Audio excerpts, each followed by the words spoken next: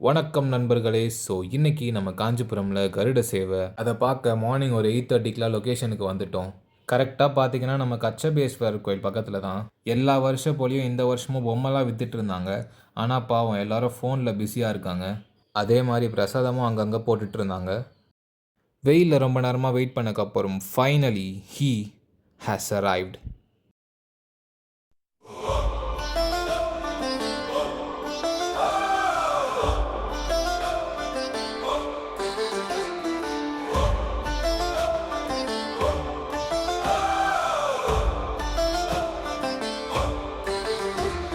अनंत है शक्ति तेरी महादेव वरर।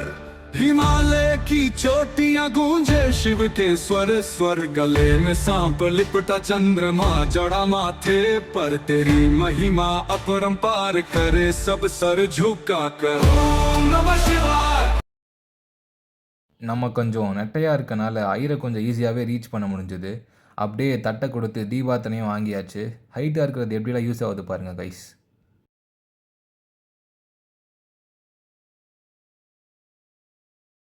ஷபா!